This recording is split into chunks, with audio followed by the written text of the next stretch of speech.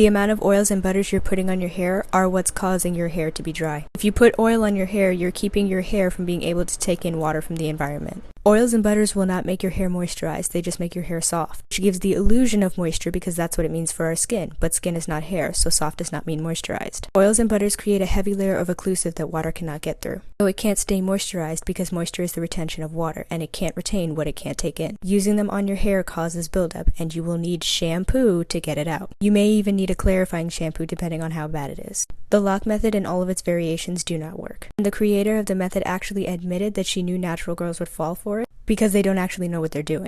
So they think that soft hair means they're doing it right. You can shampoo your hair more than once a week. Once a week is just the minimum.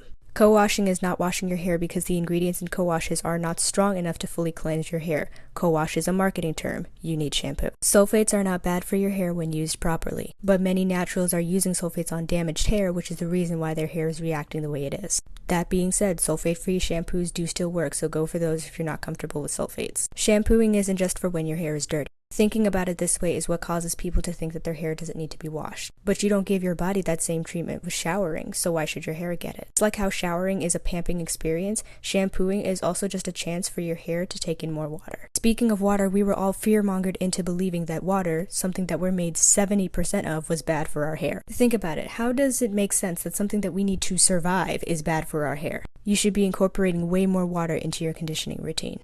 Deep conditioning does nothing but waste time. Stop putting food in your hair. It's too big for the hair to absorb. Water. If you say, you probably don't have 4C hair, that means 3 things. 1, you've been successfully manipulated into a lie rooted in defeatism by the natural hair community and industry.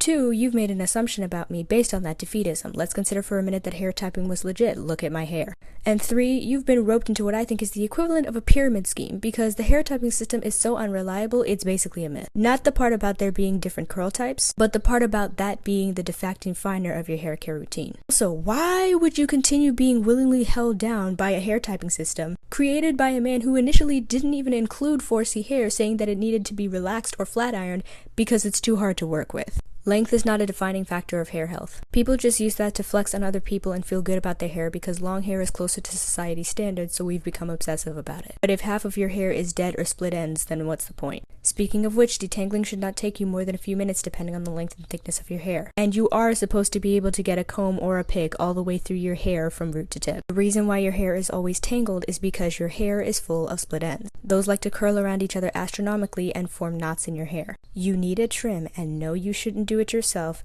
Get a curl specialist to do it for you. I got more to say, so here comes part 2.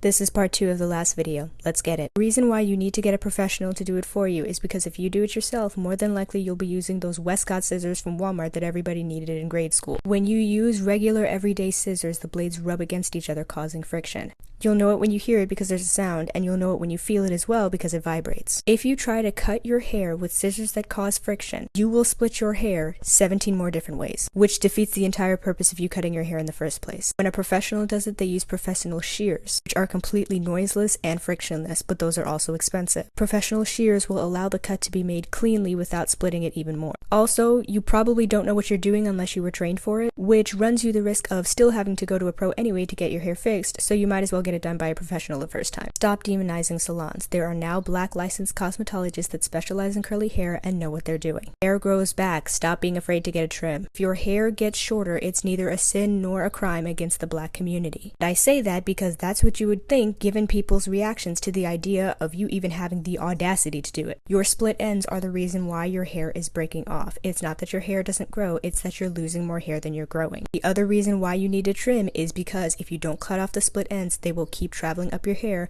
which is what makes it break off and look like your hair isn't growing. And finally, the last one. Most excuses that come out of natural hair girls as to why they can't do any of these things are rooted in fear. And when they try to keep other people from doing these things, they are reacting to their own anxiety about the situation because that's what they feel more comfortable doing. Now, if you've gotten to the end of this video and you also saw the first one, you might have asked yourself, why would you get hate for saying any of this? Well, because just about everything I've said in these 2 videos comes directly from these curl specialists on Twitter, and several of them, if not all of them, have been called anti-Black and been told they don't want the Black community to progress by sharing this information with them.